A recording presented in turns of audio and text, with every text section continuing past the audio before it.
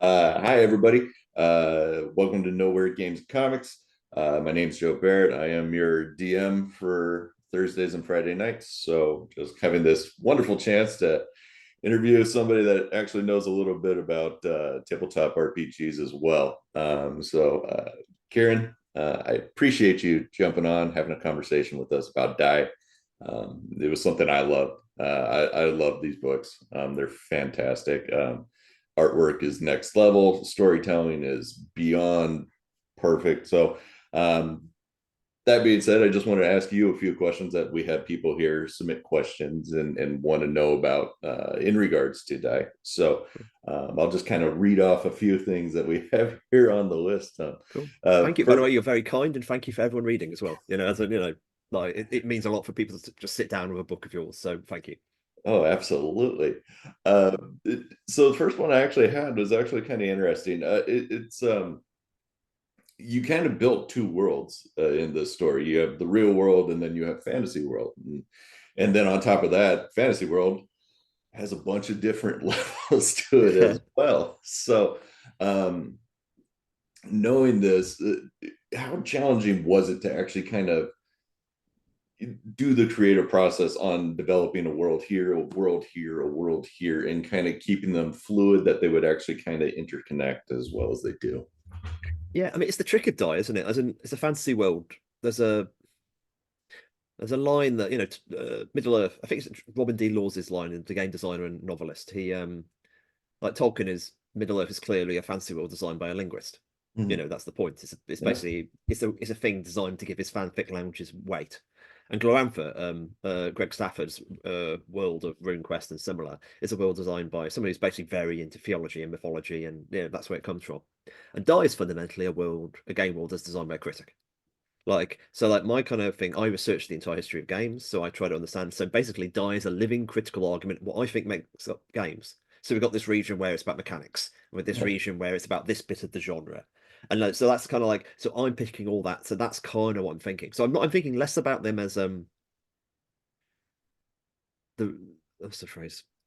The hard living spaces, but something more literary. You know what I mean? Like it's like, Sure. okay, this is what it's about. So like, yeah, this is about, I don't know, Tolkien's influence on the genre, but I'm really going to make it about World War One, and I'm going to make it a kind of about where all the stuff from beneath the surface of Middle Earth comes from. You know what I mean? So that's the critic's brain. So all Oh these yeah. individual like set pieces essentially and areas to explore and both of the yada yada yada. But of course, the extra level of Die is, as you say, the interactivity, because it's a critical argument. The idea that, eternal Prussia is at war with Little England is literally a war about what is RPGs. That's Yeah. kind of like what it is. So later on, if I ever do another Die, that there's certain regions which are much more powerful because they're neighboring some other thing that lost. This part of the, you know what I mean? Like, if we ever get to the sci-fi region, like the sci-fi kind of got a bit stomped overall. You know what I mean? And sci-fi, but So that's kind of how Die structure. So the largest scale of the world is like that. But of Yeah. course, there's the other bit of Die away from history. That's also a chance to externalize the trauma and personalities of the characters who visit there. You know, like if Yeah. you play the actual game, like the game is much more about just about the externalizing of a character's internal conflicts. So like, my issues with my mum will become like, oh no, it's a mum monster. Like, okay, that's the Yeah. basic Yeah. version, but that's all the way through Die as well. So like, all the characters go and they have their experiences which are kind of about them. Like, Chuck's war with I forgot her name. I said Mother Right, just been writing too many X-Men. Um, oh my God, I forgot the name of my own character. I suck. The evil fate god, not evil, mischievous. Mistress Woe. That's what I got Yes. confused. I said Mistress Woe versus Chuck is about, his relationship with fate, Yes. and like luck and fate. Him and the Elf Queen. The Elf Queen's about him and the women. He's now trying, working through that. And Ash obviously has her Balrog. This embodiment of all the kind of complicated things about her own self, and also all her other bad feelings, full stop, how they've been entwined into a creature. All that is the other side of Die. So that's kind of how I do it. Like so much, it's a bit like phonogram in that way, and it kind of it's about how can I best dramatize an idea. Yeah. So that's where it comes from. That's beautiful. No, I mean that makes a lot of sense too. I mean, there's different aspects have different. I mean, I guess it's like a person. Mm, You have different elements to yourself, and so Die in a way kind of encapsulates that idea of like every section is a different part of yourself. So Yeah.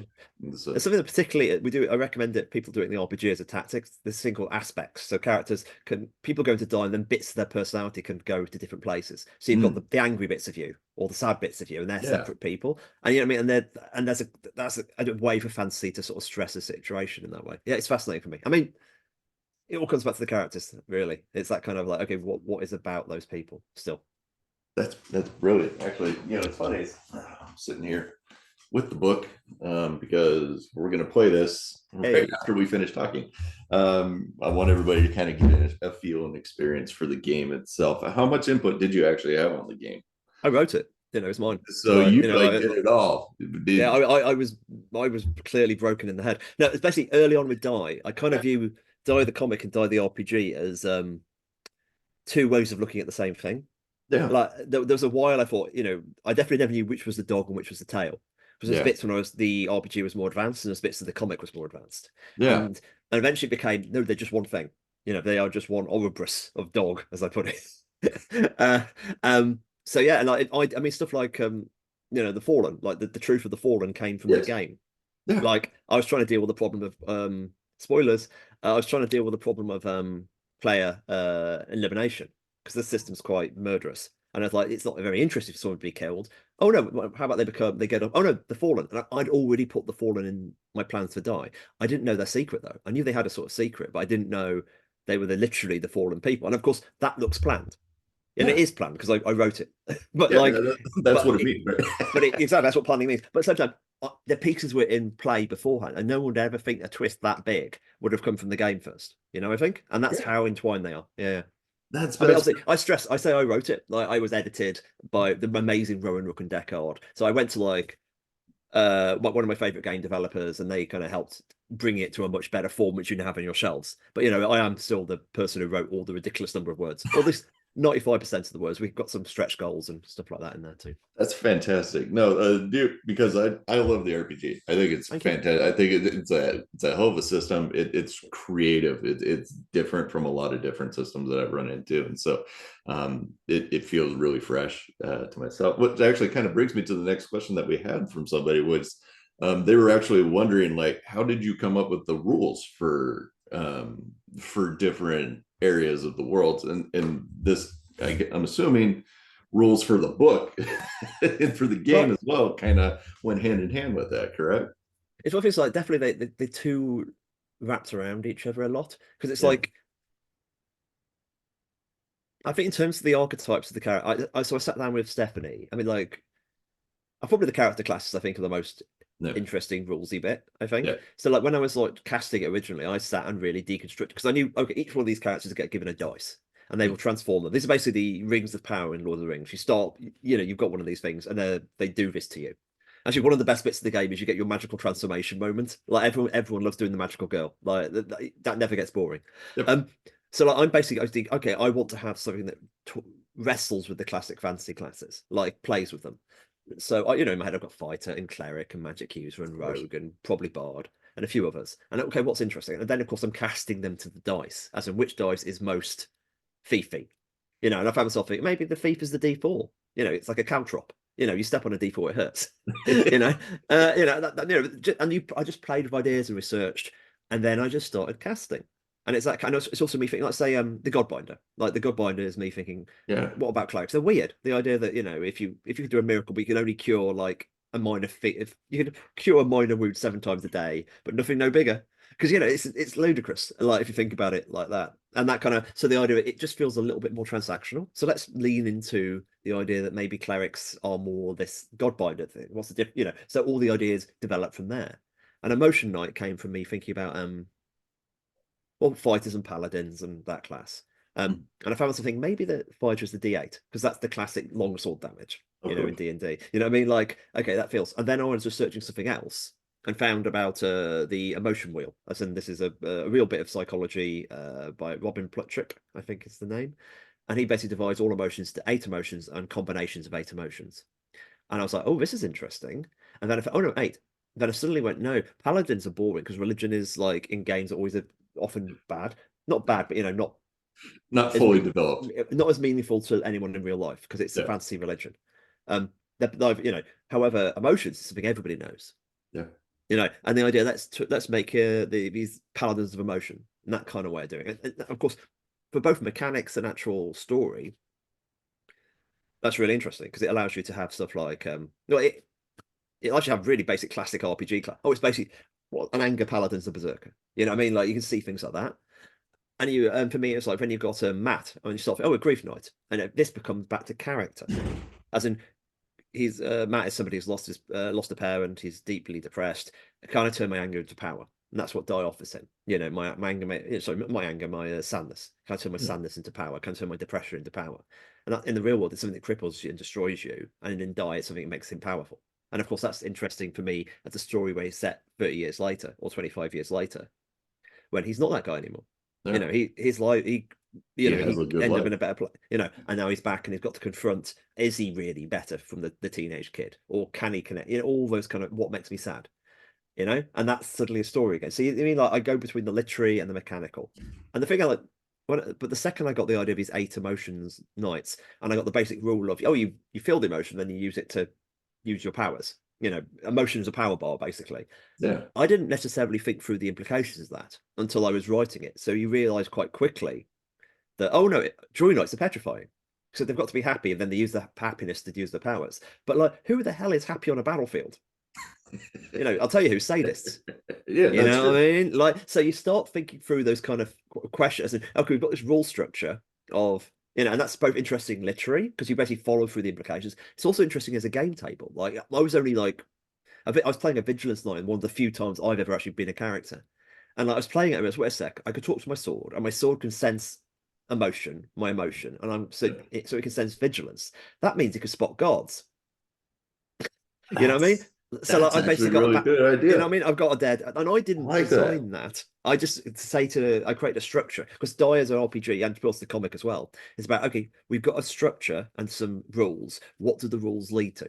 And you just follow it. And that's suddenly, and also it makes the players feel like a genius because it's like, can we get away with that? I don't see why not. Let's do it. You know what I mean? Because the idea of like, okay, and there's so much about Die. The game is how are we going to do it at this table? There's a lot of like open questions the players could. As in, like, I mean, classic like something like really a classic D&D trope, like cure evil, hurt Hmm. evil character spell. I don't define what an evil character is, and that's explicitly as in, okay, what does evil mean to us? And that's the kind of the group has to decide, and I find that's a more interesting question. Okay, not true. I love classic RPGs as well, but like for the case of Die, for the group deciding, okay, what actually is evil in our world? It's a good question for all of us, I think. Anyway, that's how I build the rules. As in, I find something I find interesting, bounce between the literary and the mechanical, and see where the mechanical least interesting stories and vice versa. And scene. No, I mean honestly, that's kind of funny. And actually, the evil construct has always been weird to me because I mean the idea that okay, you're classifying this big baddie as evil, but in his mind, he's doing everything right. He's doing everything that he believes is right. So in his vision, he's good, right? He's doing Yeah. what he thinks is good. The players are the ones that are evil for trying to stop him. Yeah, how And dare you? I should be so in charge.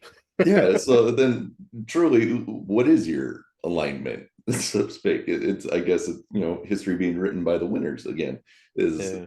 and the players, and so that's kind of where that falls into.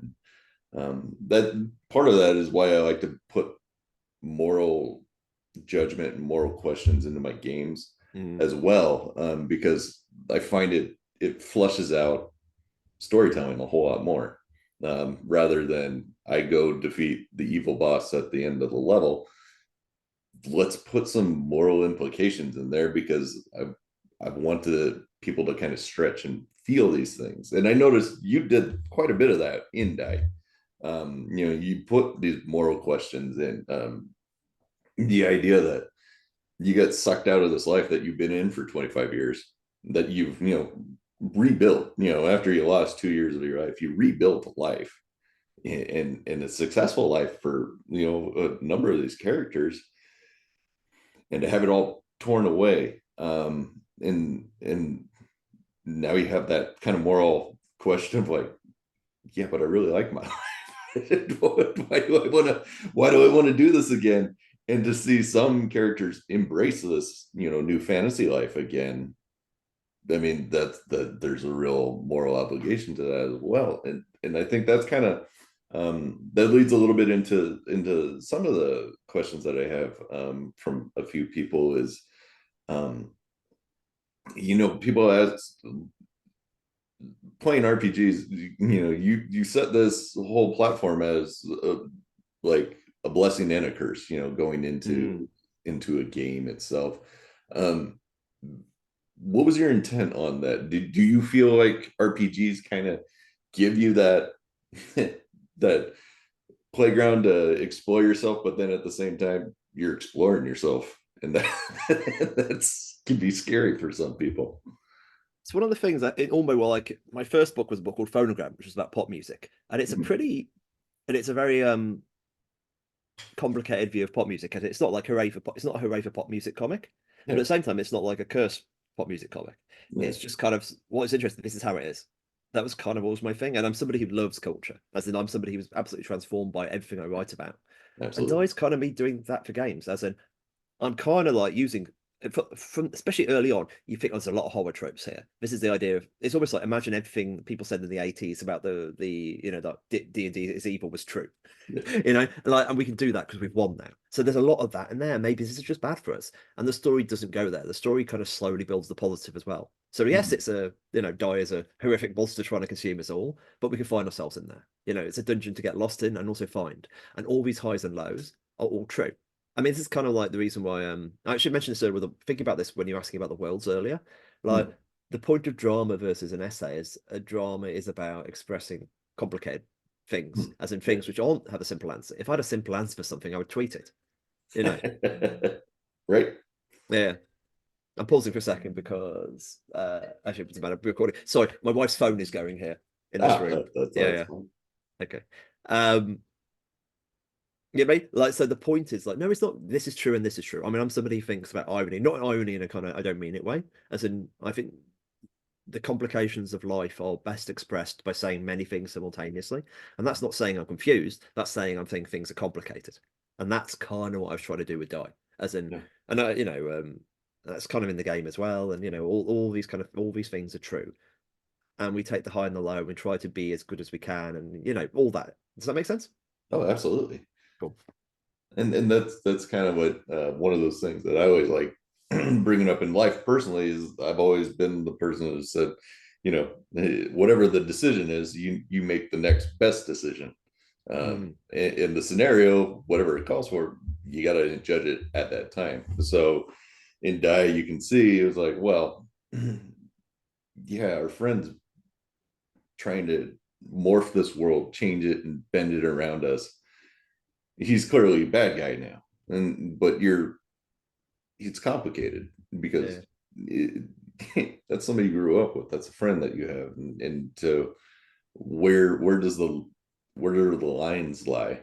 I want to go back to my family in my real world, but also I can't just let down all these people and realize the fallen are not who we thought they were.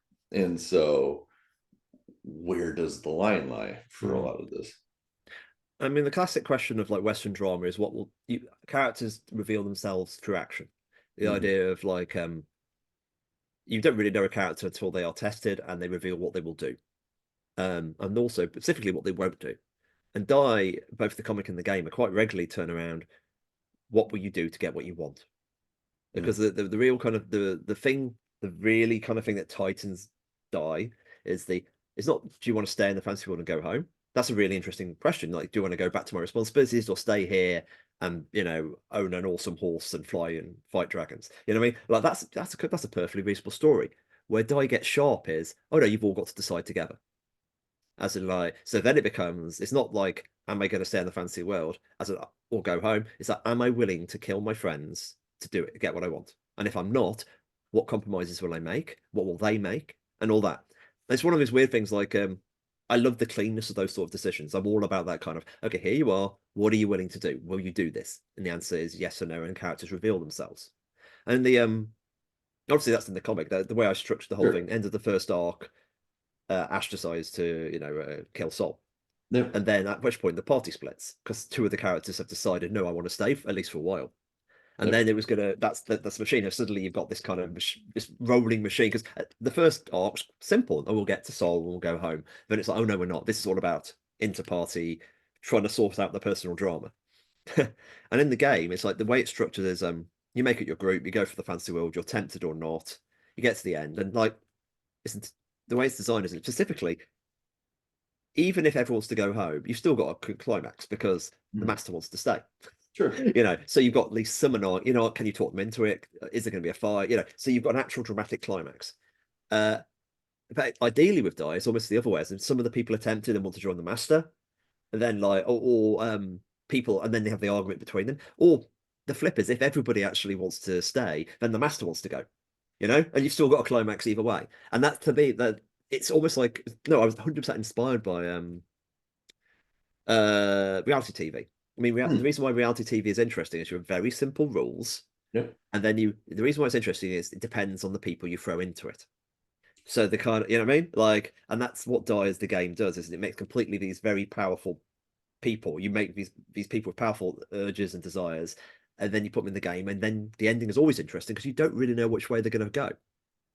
Or if they would, or like somebody really wants to stay, it's like there's no way I'm going to fight my brother, Yeah. and then it's like then you quite often get softer endings where this person's clearly got to cry for help by dragging, and we'll help you in the real world. Go on, we're going to deal, that kind of stuff, and it becomes about people joining together instead of like murdering each other. You know what I mean? All these are good stories, and that's I've segued into the game a bit, but the potential of that in the comic as well is also there because you see that in terms of like I want to stay, then Chuck wants to leave, then different people want to leave or stay at different times, and then you build towards them rejoining at the end. That's the drama. That's why it's called drama. It's about people. And that's kind of you really hit a lot of these characters and the emotional notes, and so that's why I think Die is very satisfying to read, Thank you. because it's very it's not black and white. It's very Mm. much gray all over, and that's the brilliant of. I've always enjoyed that type of storytelling, Thank a you. straightforward story. Um, it needs a little grit to it, or otherwise there's no value in achieving goals. Yeah. And so when you put a little bit of your skin into it, and you see the moral judgments that you made along the way, that makes a good, interesting character and story arc. And so that's why I love Die. That's why I love RPGs. RPGs are Yeah. great. I think that's why I like building in those moments in the game of like, well, you have this moral judgment, and we want to see where it goes, because that can affect everything for the here on out. So let's spin a different direction here because I enjoy this, but I had another random question that I actually thought was kind of funny. Um, so you invited folks to comment on the Die RPG via an email address, dierpgtest@gmail.com. They were wondering what are the strangest, most insightful, or interesting comments that you got. I'm telling you, you've made me usually go, I haven't checked that email for a while. um, Actually, in reality, most of the feedback really came from the Discord because I had a Discord as well. Oh, sure, So yeah. like all the way through the beta, like people could come and they talk around the game, and there's a community there now where people just really, they're all playing the game, not all of them are, Mhm. but there's a conversation over the game, what it is. Um,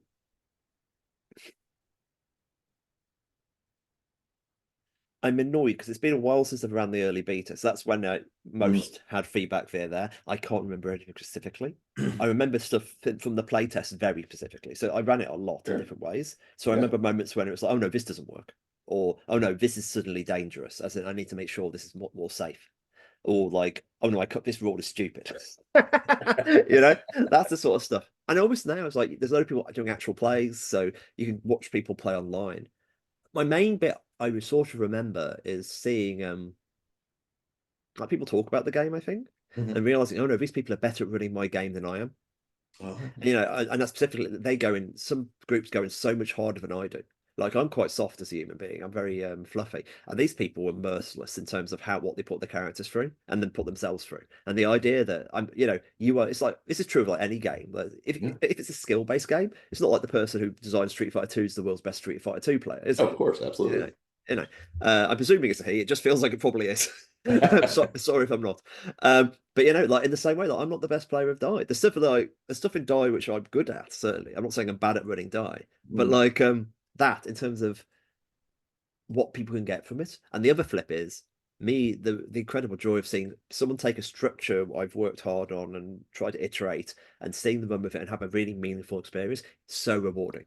And if somebody told me how delightful it is to make a game structure, like it's like throwing a party if you're not there. That's what it feels like. And it's Yeah. incredibly rewarding and you feel incredibly good seeing it happen. So like I wish I knew years ago and I would have probably done it sooner. Have you ever gotten emotionally invested in a character that Oh no, you? oh yeah, I'm engaged. Like I'm not somebody who plays lightly. Oh, good. But like well, actually that's true. If it's a light game, I play lightly. I'm good at idiots. Like kind of Oh yeah. my classic character type is like a Labrador. I like like a Labrador or a completely manipulative monster. One of the two. Like, but the Labrador is like honestly, I love the idiot mode.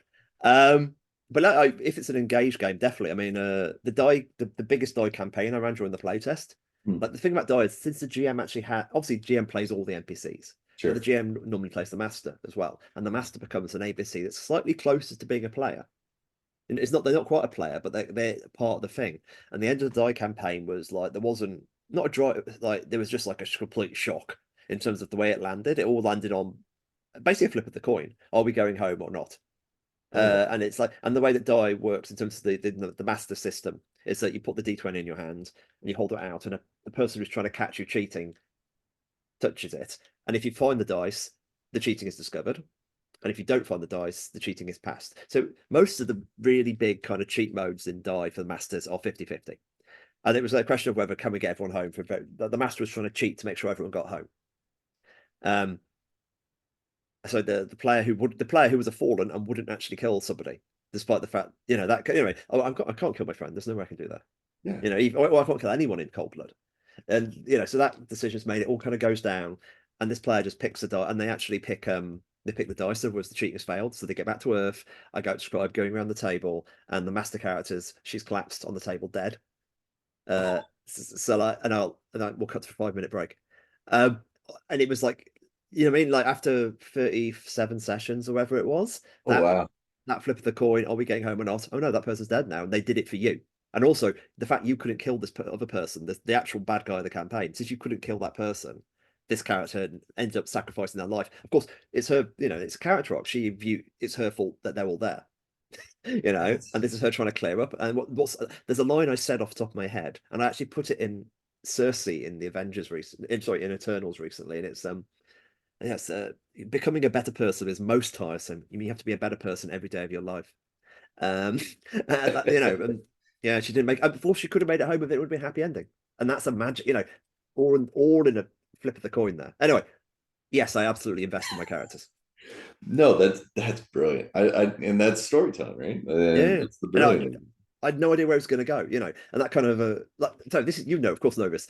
It's all about the moral dilemmas. Never offer the players a choice if you're not willing to actually accept uh both options. And that was the trick. It's like, okay, we're going to literally go it. And I was thinking, I want to give a hint which one it's in. You know what I mean? Yeah. I wanted, and no, let's play this straight. Let's go with the Let's dice. see where it goes. Yeah. Anyway. That's neat. That's the fun. I mean that's the fun of just chance. And I Mm, think that's what big part of these RPGs and stuff are is that it's storytelling with chance involved. yeah. Uh, and so you never get the same story twice, you I know. mean, it's like I think randomness or those touch points keeps the story wild. I think Yeah. that's powered by the apocalypse idea almost, but the idea that the wildness of story, as the narrative continues by consensus, that a rule kicks in and it kicks the story in a different direction, and suddenly, since you're not in control of it anymore, it's more alive than a traditional narrative. That's for me, it's the moment that when control is taken away from you, it becomes alive, and that's how I think of RPGs. Anyway, That's brilliant. That's so brilliant. Um, so I want to keep this to a tight time because I know you got stuff and I have people sitting here that are probably going to only last for so long. And they have their insights and thoughts too. But I real quick, just any final thoughts on Die? What would you like to share with the people that are here, and that they would really get something out of? honestly, it's like There's so much that's just in die. It's a really dense book. I mean, I think it's the weakness of the book. I think is it's so dense. It's trying to do multiple things at once. It's doing this history of RPGs at the same time as this intense character drama, and this also all wrapped in this kind of very weird time unraveling conspiracy story. It does a lot. It does it very densely. Um, I think it rewards rereading. Like I think that's very much the kind of like, oh, you see the pieces coming together across the time. And I think Stephanie is probably what I talk about in terms of what she brought. Like I met her when she was doing covers for a book called Journey into Mystery Mhm. at Marvel, and she did the last issue of that drawing internally, and it was so beautiful. It's one of my favorite issues we did, and it was like, oh, we should do something eventually, and we eventually got together to do this. Um, and part of the goal, I mean, I've talked mainly about my intellectual goals or like the emotional goals, but the Mhm. other really big goal was I think the world needed a fantasy world as designed by Stephanie Hans. So Yeah. like so much about writing Di was creating spaces for her to play. You know, and we're just we've just finished an OGN which is coming out in November, called we I forgot the name. We call them giants. So it's like a 100-page OGN. It's a standalone thing, and that's like a place for Stephanie to play. So much of what I do with her is like you want to make a canvas and let her paint. So that was a lot of like Di. You know, that's I talked about the intellectual side of the world building earlier, but the other side was let's make Stephanie play. And it's one of the things like in the scripts there was quite not often, but quite regularly. Like I do this enormous paragraph of world building, as in ideas and stuff we're talking about, and then there's a too long didn't read at the bottom. um, but like specifically, there were bits where I actually give like, okay, this is where say the dictators in issue 10, we see where they're chained, where they're basically controlled, and ends up being a pyramid on an island, I think. And I gave her three options of where to put the pyramid like because I've just searched the Brontes because the Brontes, of course, is all the angrier stuff, and there's three bits in the Brontes world building which I think that's a good place to put dictators. One was I think called Philosopher's Island. The other Mhm. one was at the top of the tower in Vidopolis, and so I described those two, and I describe a third option, which is basically just stick a pyramid wherever you like, and we'll work, And she picked the island and she drew it, and that sort of was it's a choose it's a in some ways uh, it's like running a game with Stephanie. Like I'm playing a game with her. Scripts aren't script. My scripts are detailed, but they're not dictatorial. So that's kind of like the thing is. Like, and so it's like I want to really kind of stress it, and the magic is about both me and Stephanie, and obviously Clayton on lettering as well. But yeah, No, that was one of the first things that actually drew my eye to this book itself was the artwork was so it's different. I've yeah, seen a yeah, lot of different styles, but I can easily just going through it. I could have easily like, I want a poster of this. I want a poster of this. I want a poster of this. I literally want to like adorn my walls with so much of oh yeah, what's yeah, in here because it's unimaginable exactly. and the creativity and just the visual and she has such a great eye for form and putting emotion into people and so it's such a brilliant just looking book and that was I could I love the story. I could do all of this without the story Yeah, and yeah, just go through and just I could be captivated the whole way through and I think that's a credit to Stephanie beyond measure. yeah. Yeah. I mean, it's definitely like I mean, it dies about losing yourself in a fantasy world, and that only works if you have a fantasy world worth losing yourself in. Yeah, That's what Stephanie gave us. that's so brilliant. Um, well, again, I just want to thank you so much for this. I did have one last question. People were wondering, did you get optioned by Netflix or anything like that? No, we've been option like we've done like the option dance a few times. I think we're presently out of options, but like we've gone through various like I don't tend to talk about that stuff much, but it's like we've been through options like a couple of times. Oh, You know, and we'll see where it goes in the future because it's quite fun. fingers are Like I tell you, crossed. at the very least, they take you out for dinner a few times. It's funny. Hey, that's all right. Take It's a, that. You know what? Any yeah, free dinner you can get, go for it. absolutely. Actually, I'll tell you the main thing about the movie stuff is never get excited. Like like you're quite often like we got paid for it, some money, and it's free money, which is nice. But I never ever think it's going to happen, Yeah. because so much stuff gets optioned. this is one that I'm telling you, but people would trip over themselves I would to. love, obviously, I'd be a big fan. I would love to see it on the screen, Oh, me too. So much so. All right, Kieran. Well, thank you so much for all of this. Everybody that's here, thank you for attending, coming to Nowhere Games Comics. Um, we'll see you next month for our next club.